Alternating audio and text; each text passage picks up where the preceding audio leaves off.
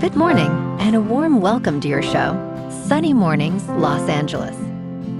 I'm your host, Melissa, and it's Monday, July 6th. You'll be interested to know, 141 years ago, today in 1885, Louis Pasteur administered an experimental rabies vaccine to a boy bitten by a rabid dog, marking a bold medical trial that followed his laboratory work on germ theory and immunity. The successful treatment represented a milestone in preventive medicine and established the concept of vaccination as a life-saving public health tool. So now you know. And now, it's time for the Surf Report. This morning, it's looking clean with waves at 2 to 3 plus feet. Conditions will remain fair as the day progresses, holding around 2 to 4 feet until the afternoon. Winds will shift onshore, starting at sideshore at 3 miles per hour, increasing to onshore at 10 miles per hour by late afternoon. Best time to ride is at 6 a.m. with a 2-foot outgoing low tide, when the southwest swell is 2 feet at 16 seconds, and the offshore wind is 2 miles per hour. The first low tide on Monday will be 1 foot at 8 a.m., followed by a 4.5-foot high tide at 3. The nearshore buoy at Santa Monica Pier reads 70 degrees for the water temperature. Conditions remain consistent with 3+ feet surf and clean conditions on Tuesday. Wednesday sees a slight swell increase, bringing 3 to 5 feet waves and clean faces early, before shifting to fair conditions later. Thursday holds steady at 3 to 4 feet, with clean waves in the morning, but choppy conditions develop by afternoon, making it less favorable. This morning, there's patchy fog, and it feels like 68 degrees with no wind. The sunset will take place at 8:08, and it will rise again tomorrow at 5:49. Looking ahead in the weather, Saturday will be mostly sunny with highs near 64 and a northeast breeze up to Skip. Sunday and Monday warm up with Sunday near 68 and Monday near 72, staying partly to mostly sunny with lows in the upper 40s to the mid-50s. A slight chance of rain returns Tuesday afternoon into Tuesday night with highs near 71 and overnight lows around 57. Bonjour, food enthusiasts. This podcast is brought to you by Versailles Cafe and Pastries in Encinitas. Nestled on El Camino Real South, just north of Encinitas Boulevard, this cafe is a haven for culinary delights. Indulge in their amazing Eggs Benedict or their gluten-free crepes. You can grab a panini for lunch or just breeze on through to get your morning coffee. They are open every day from 8 to 5. So stop on by and don't forget to tell them Sunny Morning sent you. In local news, California is launching a new $3,500 instant rebate program for first-time electric vehicle buyers, stepping in to fill the void left after the federal government eliminated its $7,500 plug-in tax credit. Governor Gavin Newsom and state legislative leaders have agreed on a budget deal that allocates $135 million toward this new electric vehicle incentive program. The discount will be available immediately at purchase to buyers and lessees, rather than requiring them to wait for a tax credit.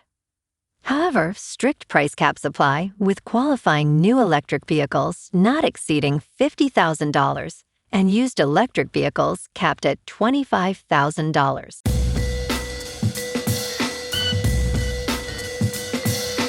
Now on to sports. England midfielder Jordan Henderson suffered a really bad wrist injury while celebrating his side's dramatic World Cup last 16 win over Mexico, manager Thomas Tuchel said. Henderson appeared to land awkwardly after falling from the advertising hoardings following England's 3-2 victory and was pictured leaving the pitch on a stretcher. The 36-year-old Brentford midfielder's World Cup has been limited to a 6-minute appearance at the end of England's Group L win over Panama. "It looks really bad," said England manager Thomas Tuchel on BBC One after his side's win. "The doctor told me he is in hospital." In local sports, the Dodgers are looking to bounce back tonight at Dodger Stadium. After dropping yesterday's finale to San Diego 5-2, LA hosts the Colorado Rockies at 7:10 to open a 3-game set.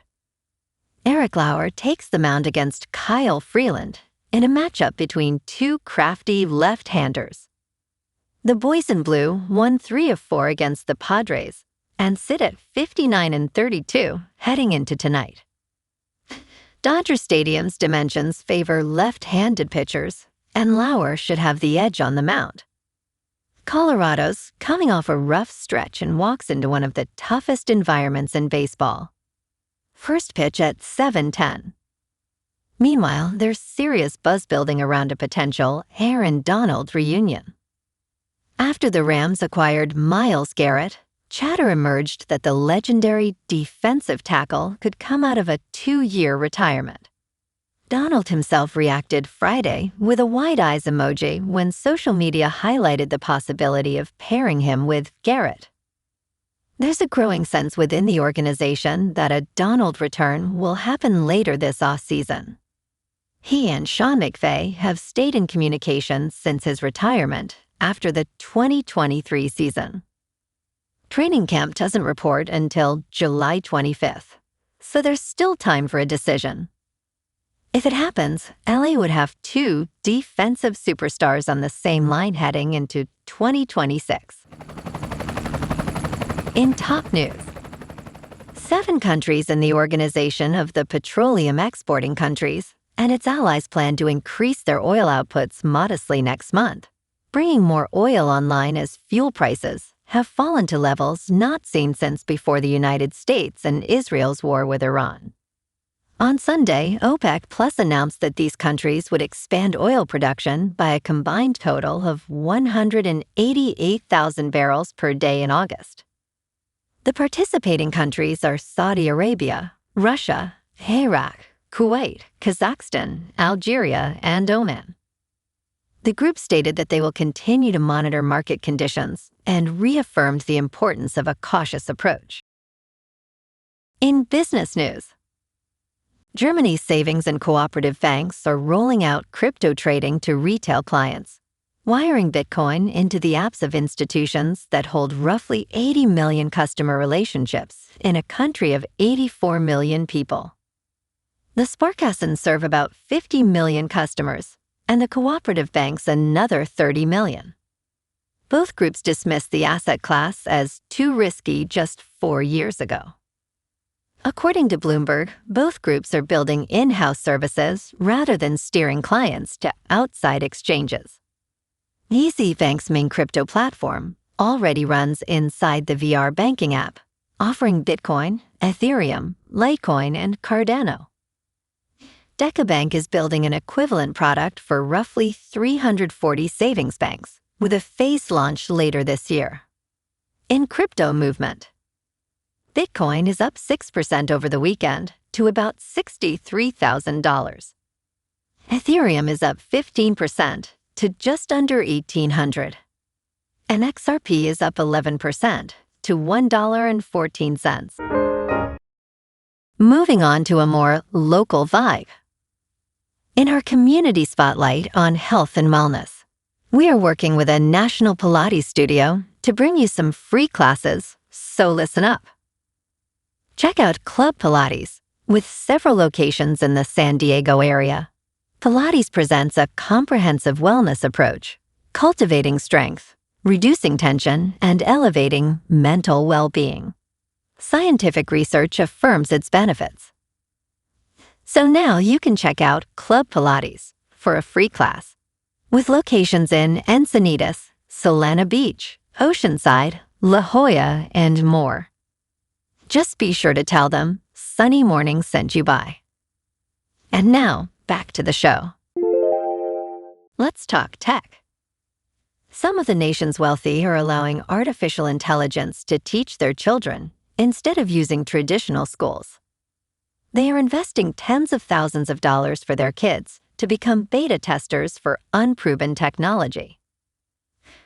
Companies like Forge Prep and Alpha School are charging families significant amounts to provide AI tutors and interactive workshops.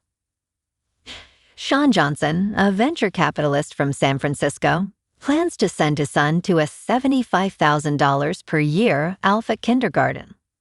Concerns arise over the lack of evidence that these AI-guided schools are enhancing educational outcomes. Additionally, the exclusion of hot-button social issues from the curriculum raises important questions. And in entertainment news, Idiocracy is the film that best captures the American experience, say readers of the New York Times.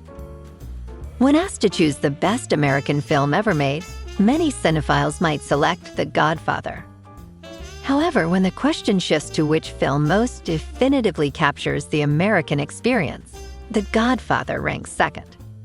The New York Times recently posed this question on the country's 250th anniversary, and 3,000 respondents most frequently mentioned the lesser-known 2006 film Idiocracy. This science fiction film envisions the United States as an anti-intellectual dystopia, featuring Terry Crews as President Dwayne Elizondo Mountain Dew Camacho.